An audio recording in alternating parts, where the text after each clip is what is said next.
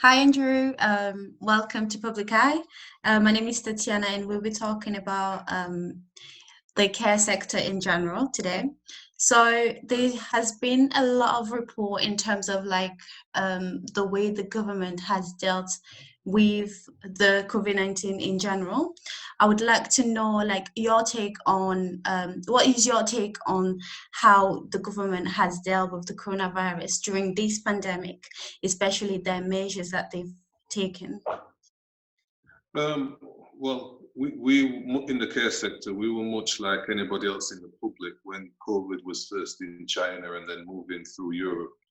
We were not really given anything to prepare as such until it was sort of within sort of early March.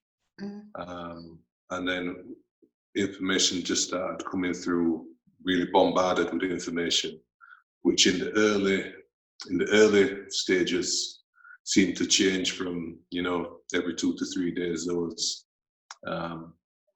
different guidance, and we just had to keep on adjusting, keep on getting updates and bulletins, and keeping the staff safe and making sure we knew what was going on.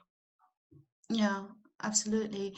I can only imagine with the way they dealt with, well, we've heard about care homes being the epicenter of the COVID-19. I would like to know, you being a home care agency, you go in people's houses, what measures, what approach did you take as an individual company to make sure the spread wasn't as bad as in care homes? Well, it was a unique situation because obviously we were working with people whose care was, it was life-saving care. It wasn't something that could be cancelled, like cooking or cleaning. Some of the people who look after, they have 4 calls a day, and without our care, they need to go into hospital. So it wasn't something that could be cancelled, but we knew that COVID-19 was being spread. So obviously the care staff was saying, well, how can this be safe for me and my family if we're going around from home to home delivering care? So we needed to sort of reassure staff without knowing so much ourselves as to the effects of the possible risks to them. So we just had to reassure them that if they wore the protective equipment and followed the guidance, that they would be safe. But it was a sort of a leap of faith with some staff, because I don't think the reassurance we gave them was 100% convincing. But most care staff just did it out of duty and care for the people that they're looking after. Yeah, absolutely. You said something about reassurance and how we try to reassure each other with being sensible, washing our hands, wearing gloves, putting a mask on. In terms of testing, the number of testing, they were being publicized as if this were the number being done out there for especially key workers. But I would love to know, when exactly did you start getting those testing in real, as in place in the field? It took a while. I think maybe after 3 or 4 weeks, we had some staff that felt that they may have had symptoms, and there wasn't testing available readily. That probably came probably back end of April, where we could you could fill in, go to a website, give you details, and then they'd give you a testing location. But some of these were in Harrogate, New York, to start off with. Yeah. Which was, somebody who potentially was feverish to drive to Harrogate on their own, or if they were then to have symptoms, then to get somebody to drive them, then it's increasing the risk. So the early testing wasn't very good.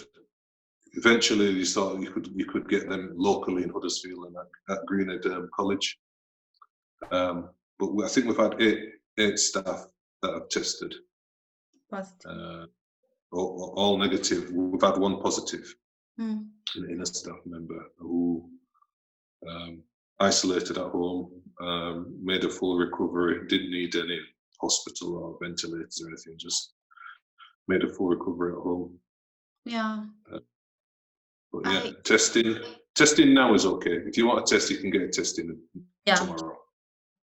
Yeah, I for sure, like the number seems it was a bit iffy, because you heard care worker complaining that they couldn't get testing at all, and then you had the media and the government portraying something absolutely different, which was quite alarming. Especially, how did I don't know if you speak to your staff in terms of like, how did it feel personally in terms of like their mental health or the well-being? How did it feel about that?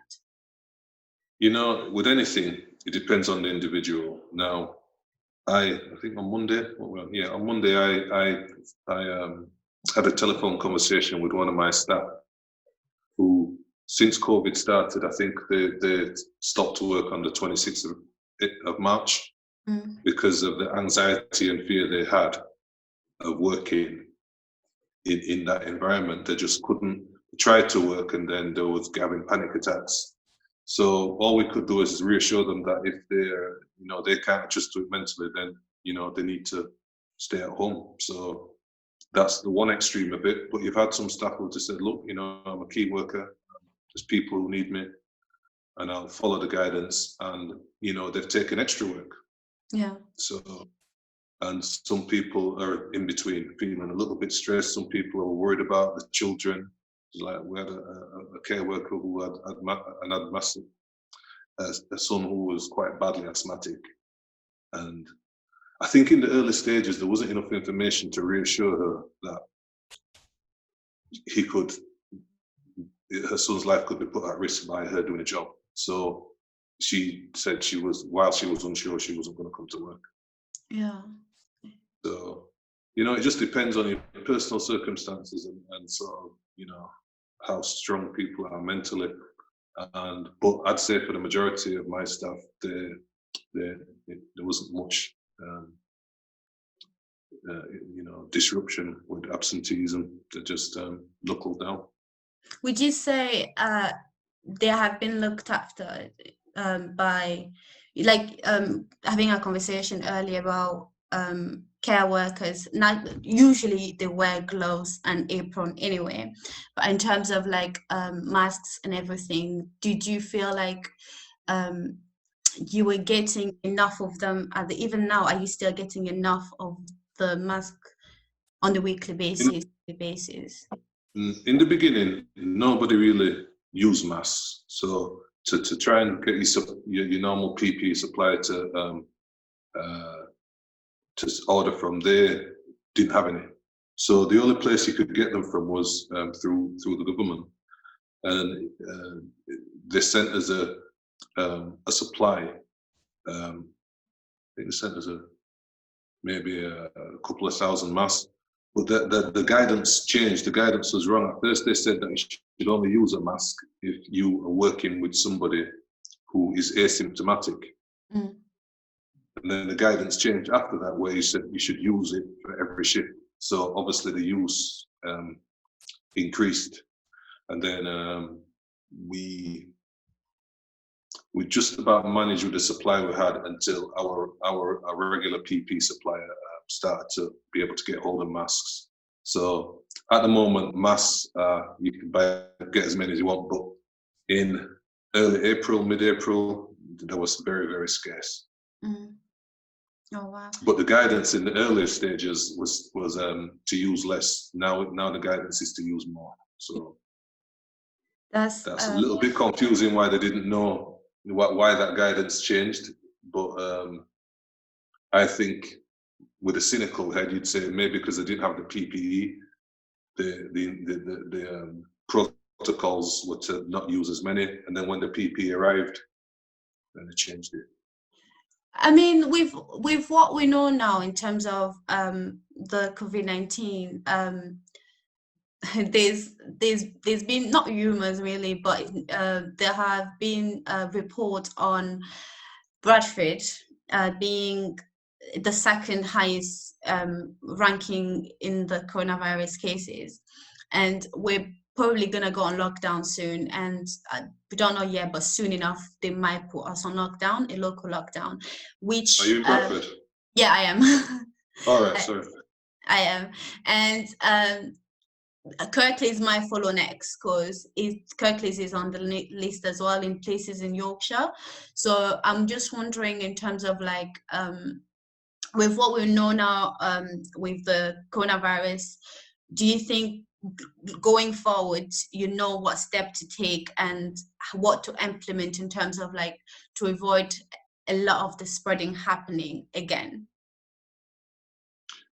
From a professional point of view, we haven't had no cases of corona, but we have over 90 service users, and we've had no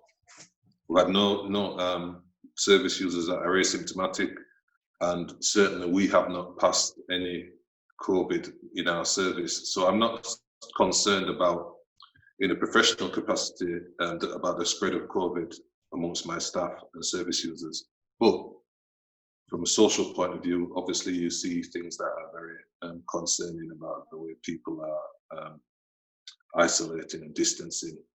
It's clearly a very different environment to 6 weeks ago.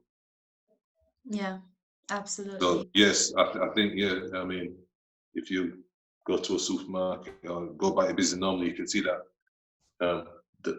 that people are far more relaxed. Yeah, they are. That's good to hear, because there's really a worry about like about work again changing, the style of people working.